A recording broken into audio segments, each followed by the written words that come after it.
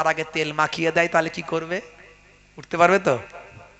যতবার চেষ্টা করবে ততবার ফসকে পড়বে, অত সহজ নয়। ভাইরা আমার, আমরা ওসিলা হিসাবে মানি, আল্লাহর কোরআন থেকে প্রমাণ, ইয়া আইয়ুহাল্লাযীনা আমানুত্তাকুল্লাহ ওয়াবতাগু ইলাইহিল ওসিলা।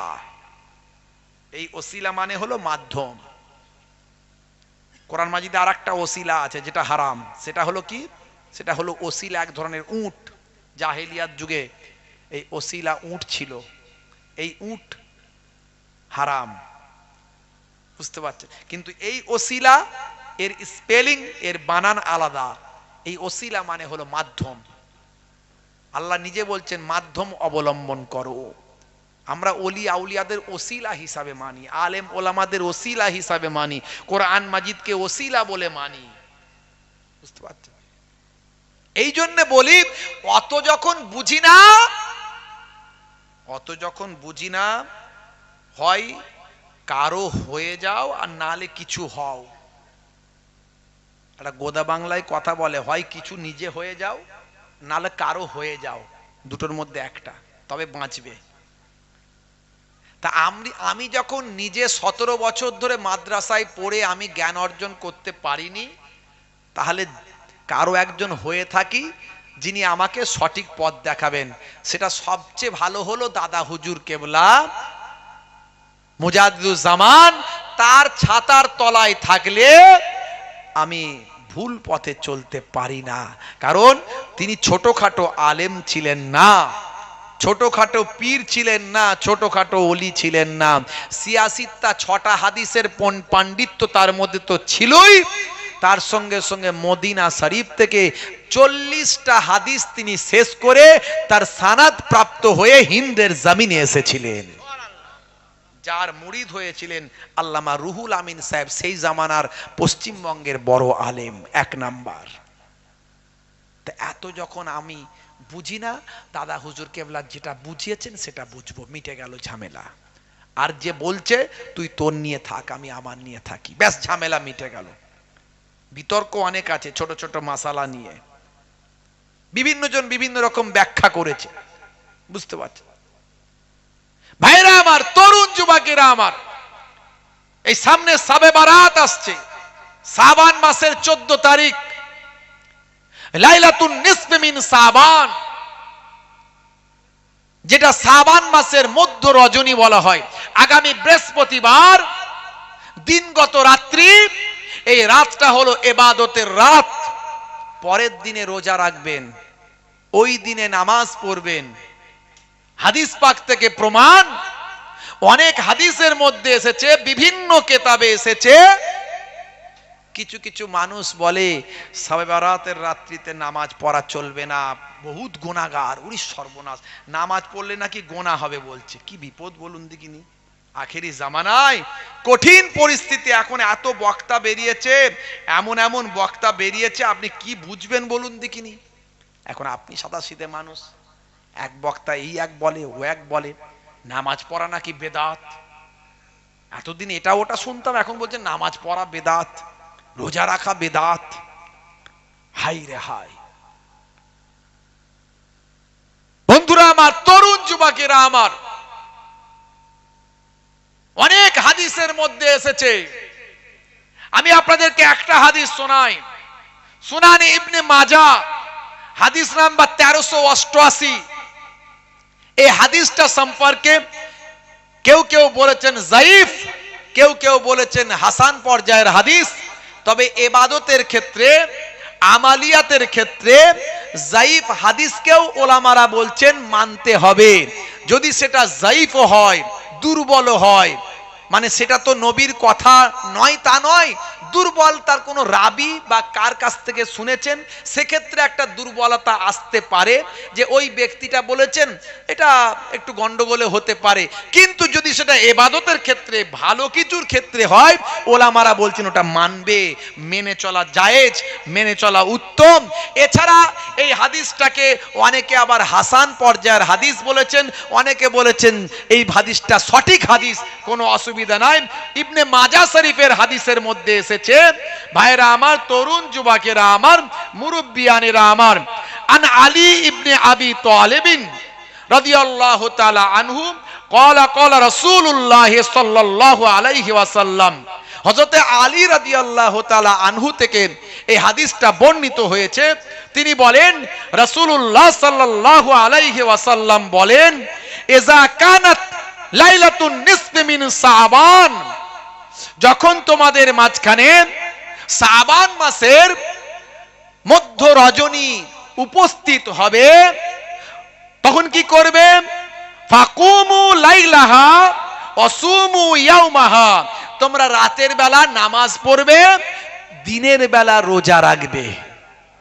জোরে হবে না? আচ্ছা, নামাজ পড়া রোজা রাখা ভালো না খারাপ? জোরে বলেন না। কোন খারাপ কাজ এটা? তাহলে এটাকে কেউ কি করে বেদাত বলে, চলবে না বলে, হারাম বলে? কি আশ্চর্য! কত রকমের মৌলবি বেরিয়েছে এখন। আমেরিকা, ব্রিটেন, এদের কাছ থেকে সব ডলার পায়, ডলার, এদের অ্যাকাউন্টে ডলার ঢুকে যায়। আর এরা এই সমস্ত যখন যেটা আমাদের প্রোগ্রামগুলো আসে, এই সবে কাদারের সময় আসবে তখন ওরা একটা ফতোয়া দেবে, সবে বারাতের সময় আসবে একটা ফতোয়া দেবে, সবে মেরাজের সময় আসবে একটা ফতোয়া দেবে। হ্যাঁ, যখন যেটা ইসলামের মধ্যে আসবে ওরা সেগুলো তার ঠিক নেগেটিভ একটা বিরোধিতামূলক ফতোয়াবাজি করে ইন্টারনেটে ভাইরাল হয়ে যাবে, মানুষের মধ্যে বিভ্রান্ত তৈরি হয়ে যাবে। আল্লাহর নবী বলতেন, কি বলছেন? যে ইজা কানাত লাইলাতুন নিসফি মিন শাবান ফাকুমু লাইলাহা ওয়াসুমু ইয়াওমাহা ফাইন্নাল্লাহা ইয়ানজিলু ফিহা লিগুরুবিশ শামসি ইলা সামাঈদ দুনিয়া ফায়াকুলু আলা মিন মুস্তাগফিরিন ফাআগফিরা লাহু আলা মুস্তারজিকুন ফাআরযুকুহু আলা মুবতালা ফাউআফিয়া আলা কাযা আলা কাযা হাত্তা ইয়াতলু আল ফজর। হে তরুণ যুবকেরা, আল্লাহর নবী বলছেন যে ওই দিন আল্লাহ তাআলার কি হয়? আল্লাহ তাআলার রহমত, আল্লাহ তাআলার রহমত পৃথিবীর নিকটতম আকাশে নেমে আসে এবং আল্লাহ তাআলার পক্ষ থেকে ঘোষণা করা হয়, বলা হয়, কে আছো আমার কাছে ক্ষমা প্রার্থনাকারী, আমি তোমাদের ক্ষমা করে দেব। কে আছো আমার কাছে রিজিক প্রার্থনাকারী, আমি তোমাকে রিজিক দান করব। কে আছো রোগ মুক্তি পেতে চাও, রোগ মুক্তি পেতে চাও, আমি তোমার রোগ মুক্তি দেব। আলা কাযা আলা কাযা হাত্তা ইয়াতলু আল ফজর, এই রকম ভাবে ফজর পর্যন্ত বলা হয়। জোরে বলুন সুবহানাল্লাহ। এই রাত্রিতে বেশি বেশি নামাজ পড়বেন। কি করবেন? বেশি বেশি নামাজ পড়বেন। অনেকে এই রাত্রি একটু জিয়ারত করতে যান, করবেন, করতে বারণ করছি না, জিয়ারত করবেন। কারণ জিয়ারত করলে মরণের কথা স্মরণে আসে। জুরু কুবুরা ফাইন্নাহা তুযাক্কিরুল মাউতা, তোমরা আল্লাহর মুমিন মুমিনাদের কবরগুলো জিয়ারত করবে, তোমাদের মরণের কথা স্মরণে আসবে।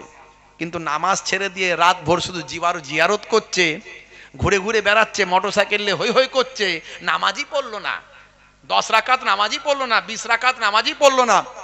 এগুলো নফল নামাজ, এগুলো কি নফল নামাজ। 2 রাকাত করে পড়বেন, যত খুশি পড়বেন, কোনো আপত্তি নাই। বুঝতে পারছেন? আপনি রাত্রে 1টা পর্যন্ত পড়ার পরে একটু ঘুম পাচ্ছে, মনটা চাইলো একটু জিয়ারত করে আসি, মুরব্বীদের কবরগুলো জিয়ারত করি, ওলিয়া উলিয়াদের কবরগুলো জিয়ারত করি, যান জিয়ারত করে এসে ফজরের আগে ঢুকে যান, এসে আবার ফজরের নামাজটা পড়ে নিয়ে তবে ঘুমান। বলে হালুয়া রুটি খাওয়া, মানুষকে খাওয়ানো, ক্ষীর করে খাওয়ানো, বলে ওই যে কি বলে না আপনার ওই একটু খিচুড়ি করে খাওয়ানো, সবার হারাম, বেদাত। উরি বাপরে, কঠিন গুনাহ হয়ে যাবে। হ্যাঁ রে ভাই, লোককে খাওয়ালে গোনা হয় কখনো? লোককে কোনোদিন খাওয়ালে গোনা হয়? সব কোনোদিন হয় কোনোদিন? তবে হ্যাঁ, যদি মনে করেন যে এটাই হলো আমার মনে হয় সবে বারাত, হালুয়া রুটি খাইয়ে দিলাম মানে সবে বারাত হয়ে গেল, তাহলে গুনাহগার হবে। কিন্তু আপনি ওই দিনে যত ভালো কাজ পারেন করবেন, মানুষকে দান করবেন, মানুষকে দান করবেন, মানুষকে খাওয়াবেন, মানুষকে সাদকা করবেন, নামাজ পড়বেন, পরের দিন রোজা রাখবেন, নতুন কাপড় বিলি করবেন, যত ভালো কাজ পারলে করবেন। এগুলো সব সওয়াবের মধ্যে হকদার হয়ে যাবেন, এগুলো সব সওয়াব। হালুয়া রুটি খাওয়াবেন, মানুষকে খাওয়াবেন, আপনি খিচুড়ি করে খাওয়াবেন, মানুষকে সাদকা করবেন, দান করবেন, এগুলো সব সুন্নাহ, সব সুন্নাহ। এই সুন্দর সুন্দর কাজগুলো মানুষের কাছ থেকে তুলে দিচ্ছে। মানুষের কাছে একটু যেই এই যে আপনি একটা নেওয়া দেওয়ার ব্যাপার থাকে, মানুষকে খাওয়াচ্ছেন, নিজে খাচ্ছেন, অন্যকে দিচ্ছেন, একটু সম্পর্ক তৈরি হচ্ছে, ভ্রাতৃত্ব তৈরি হচ্ছে, সব নষ্ট করে দিচ্ছে। আখেরি জামানা, ইমান বাঁচানো বড্ড দায়। এই জন্য বলি বাবা, একটা ছাতার তলায় থাকুন, একটা বট গাছের তলায় থাকুন, দু নৌকায় পা দিতে যাবেন না। খুব সংক্ষেপে বলে দিই, লম্বা চওড়া নয়। তাহলে সবচেয়ে বড় ইবাদত কি? সবচেয়ে বড় ইবাদত হলো নামাজ। নামাজ ছাড়া যাবে না। হে তরুণ যুবকেরা, হে আমার বন্ধুরা, আল্লাহ বললেন বান্দারে, পৃথিবীতে তোমাকে অনেক নিয়ামত দিয়েছি, অনেক নিয়ামত দিয়েছি, তার বিনিময়ে একটা জিনিস চেয়েছি, সেটা হলো নামাজ, সেটা হলো আমার ইবাদত, সেটা হলো রোজা, সেটা হলো হজ যাকাত, সেটা হলো আমার ইবাদত। আমি এত কিছু নিয়ামত দিয়েছি, তার বিনিময়ে তোমার কাছ থেকে একটা জিনিস চেয়েছি, সেটা হলো ইবাদত। ইবাদত গুলোর মধ্যে সবচেয়ে বড় ইবাদত হলো নামাজ। হে তরুণ যুবকেরা, রোজা হজ যাকাত তো আছে, তার সঙ্গে সঙ্গে নবীর সুন্নত গুলো আপনার জন্য ইবাদত। মনে রাখবেন, ডান দিকে কাত হয়ে ঘুমানো সুন্নত, বসে পানি পান করা সুন্নত, চেটে বুচে খাবার খাওয়া সুন্নত, অনেক সুন্নত আছে। ছোটদের স্নেহ করবেন, বড়দের সম্মান করবেন, রাস্তা থেকে কষ্টদায়ক বস্তু সরিয়ে দেবেন, পিতামাতার সেবা করবেন, পিতামাতার দেখভাল করবেন, স্ত্রীর সঙ্গে ভালো ব্যবহার করবেন, বাড়িতে ছোট ছোট কাজগুলোতে স্ত্রীর সঙ্গে সহযোগিতা করবেন। এগুলো সব সুন্নত, সব ইবাদতের সওয়াব পাবেন। তবে মনে রাখবেন, সবচেয়ে বড় ইবাদত হলো নামাজ। সেই নামাজ ছেড়ে দিলে চলবে না। হে তরুণ যুবকেরা, হে আমার বন্ধুরা, শুনে রেখে দিন বাবা, ওই মহিলা ভাই আমার, দোস্ত আমার, জঙ্গলের ভিতরে বুড়ি মা, বৃদ্ধা মা, ভাই আমার, আল্লাহর ইবাদতে নামাজে মাশগুল আছেন।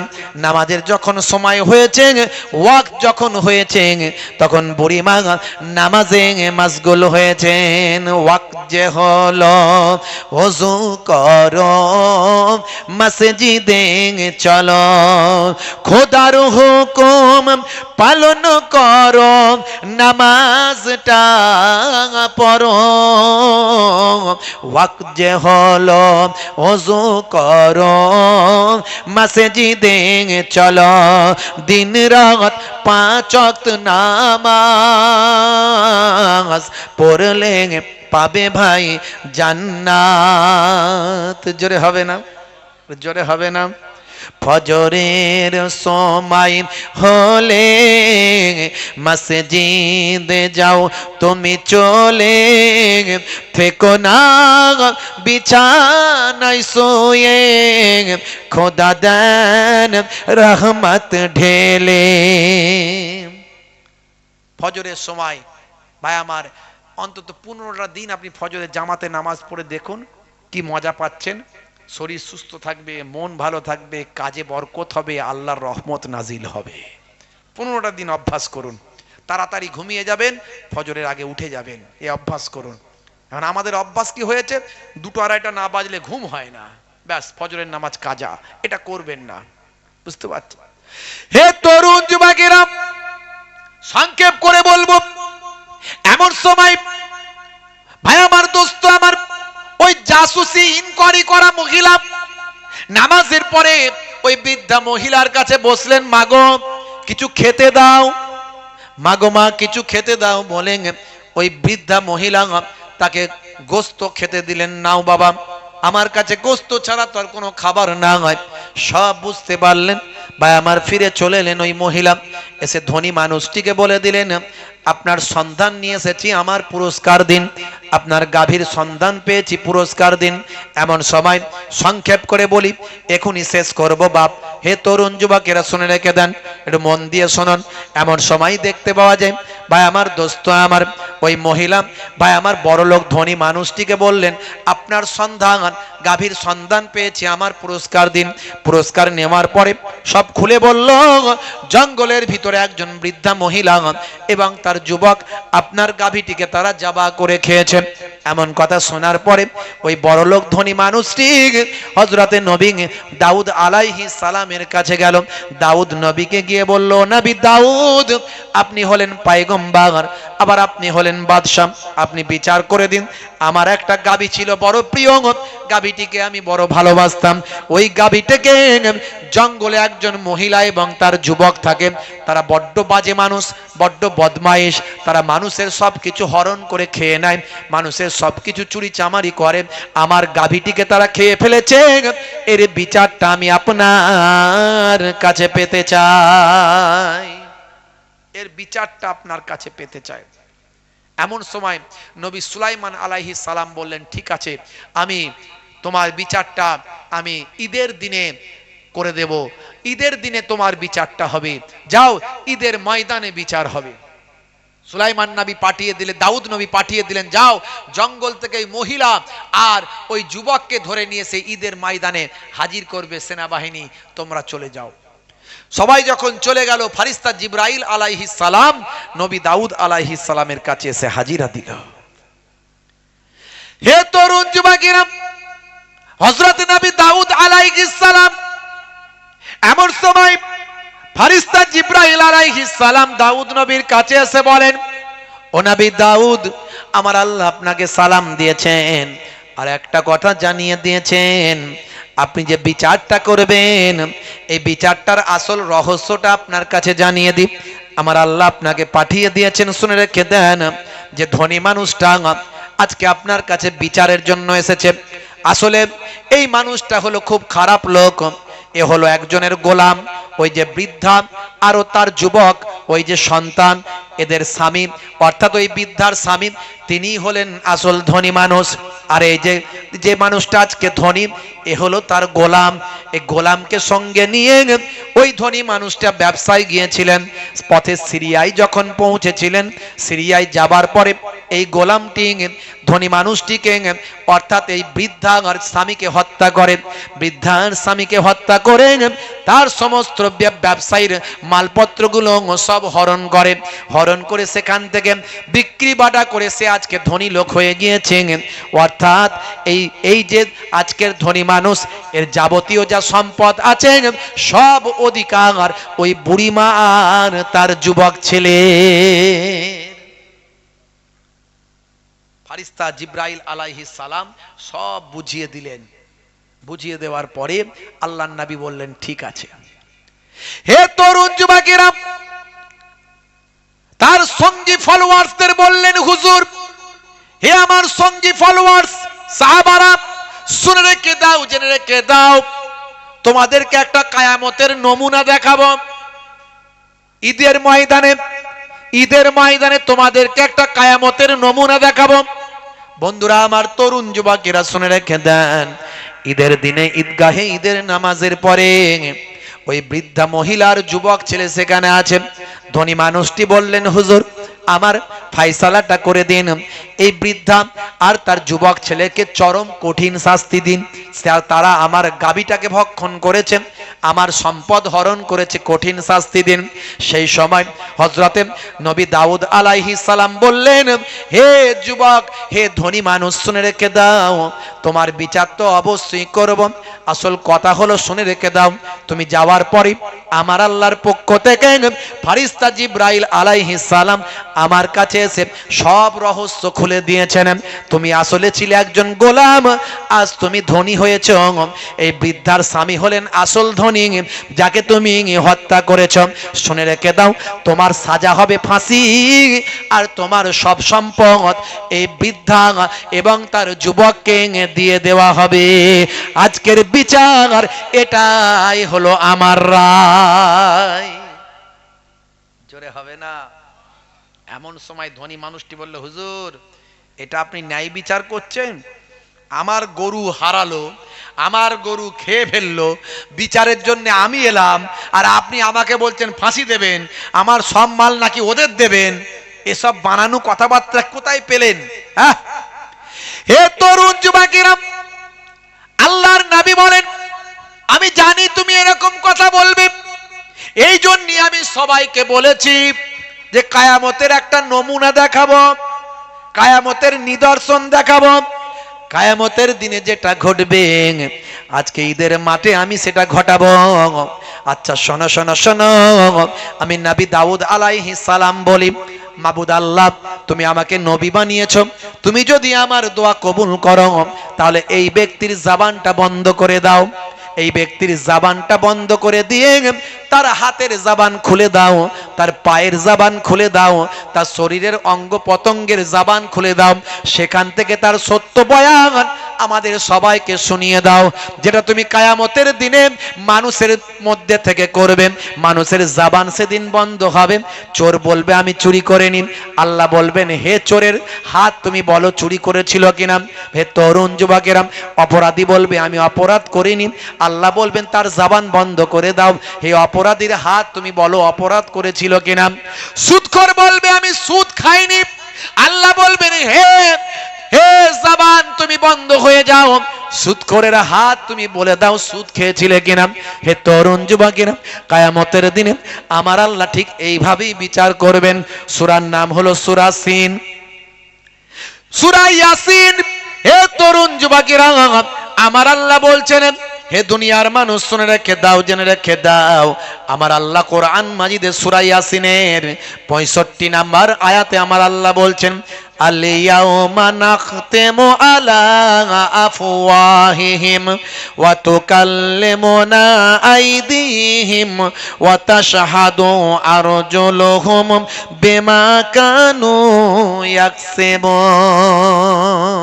জোরে হবে না? আল্লাহ বলছেন আমি তাদের মুখে সিল মোহর লাগিয়ে দেব, তাদের জবানটা তখন বন্ধ করে দেব, তাদের হাত আমার সঙ্গে কথা বলবে, তারা যা করত সে সম্পর্কে তাদের পাগুলো সাক্ষ্য দেবেন, তাদের পাগুলো সাক্ষ্য দেবেন, তাদের হাতগুলো আমার সঙ্গে কথা বলবেন।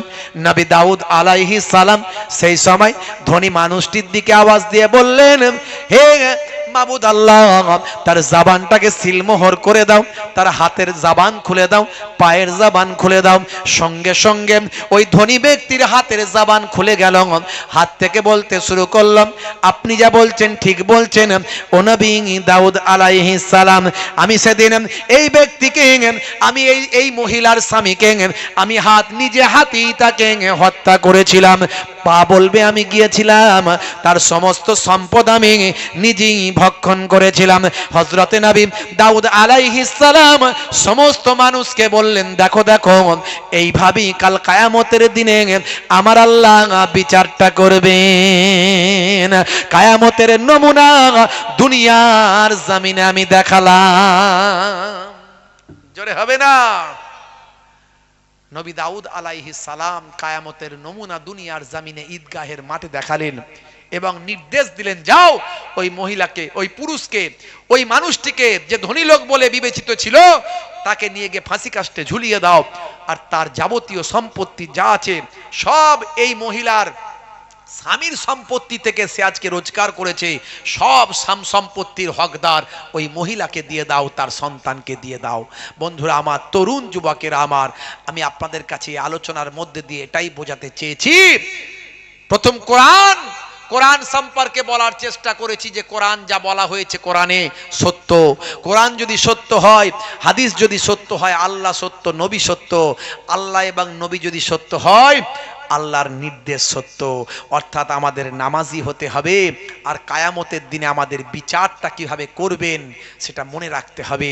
তাই কোনো অন্যায় করার আগে আমাদের ভাবতে হবে, আমাদের অঙ্গ পতঙ্গের জবান আল্লাহ খুলে দেবেন। কিয়ামতের দিনে বিচার মিথ্যার আশ্রয় আমরা নিতে পারবো না। হে যুবকেরা, আজ থেকে তওবা করি, একমাত্র তওবাই হলো আমাদের রাস্তা।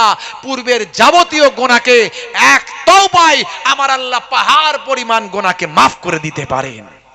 জোরে হবে না? আজ থেকে প্রতিজ্ঞা করুন আমি তওবা করছি, আল্লাহ আমি আর অন্যায় কাজ করব না। আজ থেকে প্রতিজ্ঞা করুন আমি নামাজি হয়ে যাব। বলুন ইনশাআল্লাহ, বলুন ইনশাআল্লাহ। কারা কারা নামাজ পড়বেন একটু হাত তুলে দেখান তো বাপ। দেখি কারা কারা নামাজ পড়বেন। আল্লাহ ক্যান্সার দিতে পারে, টিউমার দিতে পারে, প্যারালাইজড বানাতে পারে, হার্ট অ্যাটাক দিতে পারে। একটু হাত তোলেন। নারে তাকবীর, নারে তাকবীর। মাশাআল্লাহ।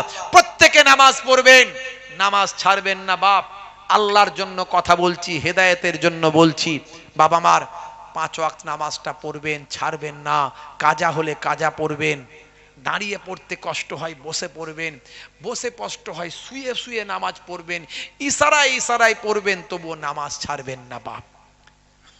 সবচেয়ে বড় ইবাদত হলো নামাজ।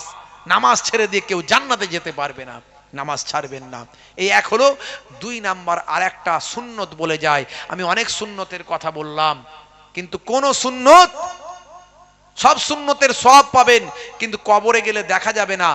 একটা সুন্নত কবরে গেলে দেখা যাবে। সেটা কি? সেটা হলো মুখের দাড়ি।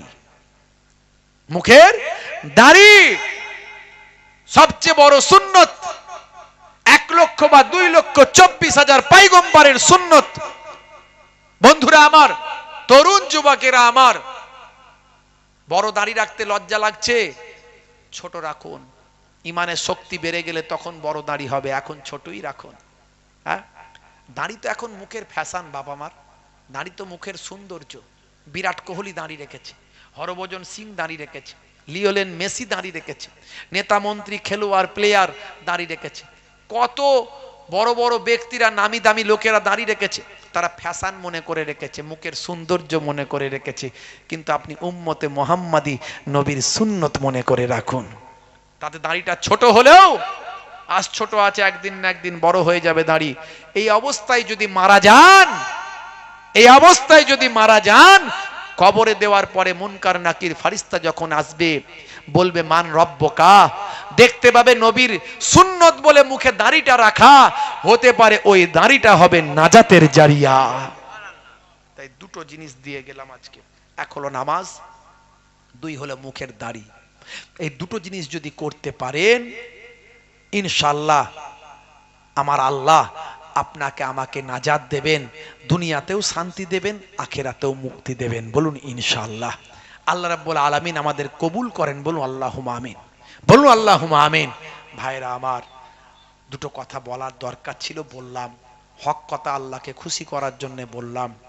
আমার নবী ওয়াজ করেছিলেন, আবু বকর সিদ্দিক হুজুর হেদায়েত হয়েছিলেন, ওমর ফারুক হুজুর হেদায়েত হয়েছিলেন, ওসমান জিন্নুরাইন হুজুর হেদায়েত হয়েছিলেন।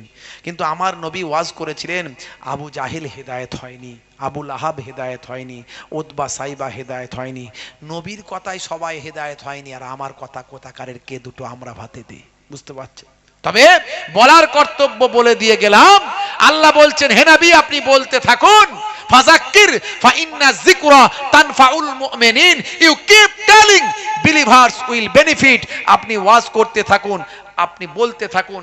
আপনার বলাটা, আপনার আলোচনাটা ঈমানদারদের উপকারে লাগবে। যারা নেবার তারা নেবে, যারা নেবার তারা নেবে। হাত জোর করে বলে গেলাম, যেন সবাই আমরা নিতে পারি। আপনারাও নিতে পারেন, আমিও নিতে পারি। তাই নামাজটা ছাড়বেন না। 2 নাম্বার, মুখের দাড়িটা ছোট হলেও রাখুন।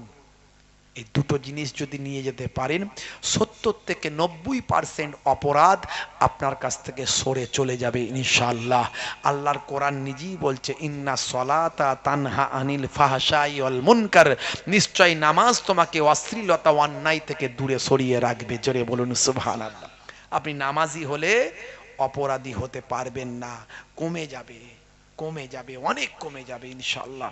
যাই হোক, দোয়া রাখবেন। আমি আপনাদের জন্য দোয়া রাখি। আপনাদের কাছ থেকে বিদায় নেব। একবার সকলে আমরা তওবা ইস্তেগফার করি। সকলে পড়েন আস্তাগফিরুল্লাহ রাব্বি। সকলে পড়েন আস্তাগফিরুল্লাহ রাব্বি মিন কুল্লি জামবি ওয়া আতুবু ইলাইহি লা হাওলা ওয়ালা কুওয়াতা ইল্লা বিল্লাহিল আলিউল আযীম। এই তওবার উপর কায়েম থাকবেন। আজ থেকে তওবা করলেন, এই তওবার উপর মজবুত থাকবেন। আর ভাইরা আমার, প্রত্যেকে 3 বার সূরা ফাতিহা, 3 বার সূরা ইখলাস, 3 বার দরুদ শরীফ পাক তেলাওয়াত করেন। আখেরি মোনাজাত করা হবে। একটা দাওয়াত আপনাদের দিয়ে যায়, একটা দাওয়াত দিয়ে যায়। সেটা হলো এই সামনে ফাল্গুন মাসের 10 তারিখ, 10ই ফাল্গুন আমার মরহুম বজলু ভাই, তিনি অনেকবার আপনাদের সকলকে নিয়ে গেছেন। এবছরে তিনি আর হায়াতে নাই, তার জন্য আমরা এখানেও আজকে দোয়া চাইব, আর আমার দরবারেতেও খাসভাবে দোয়া চাইব। খুব ভালোবাসার মানুষ ছিলেন, আমার খুব ভক্ত মহাব্বতের মানুষ ছিলেন, প্রায় প্রায় ফোন করতেন। তো যাই হোক, তা আমার মহতারাম মরহুম বজলু ভাই তিনি নিয়ে যেতেন। আপনারা যাবেন, যাওয়াটা বন্ধ করবেন না। আমি দাওয়াত দিয়ে যাচ্ছি ফাল্গুন মাসের 10 তারিখ। আমার দাদাজান, যাকে জিন্দা পীর জিন্দা ওলি বলা হতো, মায়াপুর পীরনগরী হুজুর যাকে বলা হতো, মায়াপুর পীরনগরী হুজুরের বাৎসরিক সবরে সানি জেকেরের মজলিস আমার হরিণখোলা দরবার শরীফে। আপনারা সকলে যাবেন ফাল্গুন মাসের 10 তারিখ মধ্যরাত পর্যন্ত। কমিটির ছেলেরা, গ্রামবাসী ভাইরা সকলকে আমি দাওয়াত দিয়ে যাচ্ছি, আপনারা যাবেন। বলেন ইনশাআল্লাহ। হ্যাঁ, নিয়ত করেন, বলেন ইনশাআল্লাহ। ভাইয়েরা আমার, হুজুর কেবলা রুহানি দোয়া থাকবে ইনশাআল্লাহ। আপনারা ফুরফুরা শরীফ হয়ে ওখান থেকে আধ ঘন্টা লাগে, সিয়াখালা থেকে আধ ঘন্টা 30 মিনিট এক রাস্তা। আপনারা গেছেন এর আগে অনেকবার, যাবেন ইনশাআল্লাহ। দাওয়াত দিয়ে গেলাম ফাল্গুন মাসের 10 তারিখ। 3 বার প্রত্যেকে সূরা ফাতিহা, 3 বার সূরা ইখলাস, 3 বার দরুদ শরীফ পাক তেলাওয়াত করেন, মোনাজাত হবে। তাবারুক কি বসে খাবে? বসে খাবে, আচ্ছা। আর মোনাজাতের পরে সবাই লাইন করে বসে যাবেন, তাবারুক না খেয়ে কেউ যাবেন না। আউযুবিল্লাহি মিনাশ শাইতানির বিসমিল্লাহির রহমানির রহিম। লাইভ টাইপ করনি তো? আমার সবাই জানে লাইভ টাইপ হয় না।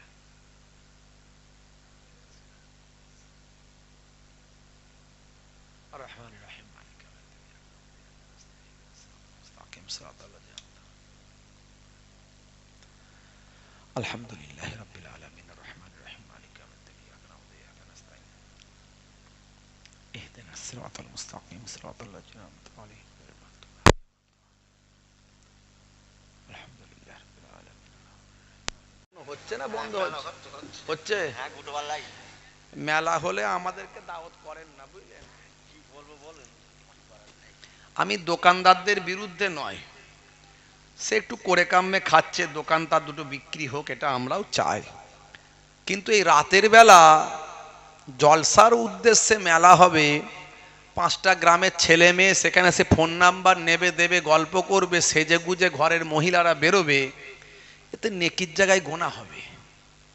এরকম করলে আমাদেরকে দাওয়াত করার দরকার নাই। আপনারা জলসা করবেন, অসুবিধা নাই, আমাদেরকে করে লাভ নেই, আমাদের মন শান্তি হয় না। আমি দোকানের বিরুদ্ধে নয়, দোকান যদি করতেই হয় জোহরের নামাজের পর থেকে মগরিব পর্যন্ত দোকান দেবেন, ছেলেপুলেদের কত কেনার ইচ্ছা কিনে নেবে, দিনের আলোয় কোনো গোনা হবে না। এই রাতের বেলায় 5টা গ্রামের লোক আসবে, ছেলে আসবে, 5টা গ্রামের মেয়ে আসবে, গল্প গুজব হই হাই, মজলিসে লোক নাই, আল্লাহর কালামের অপমান অজনাসিয়াত এখানে করবে, 5টা লোক বসে থাকবে, সন্ধ্যা থেকে তো তাই হয়েছে। এগুলো করবেন না দয়া করে। যদি দোকান দিতেই হয় দিনের বেলা দোকান দিন, রাতের বেলা দেবেন না দয়া করে।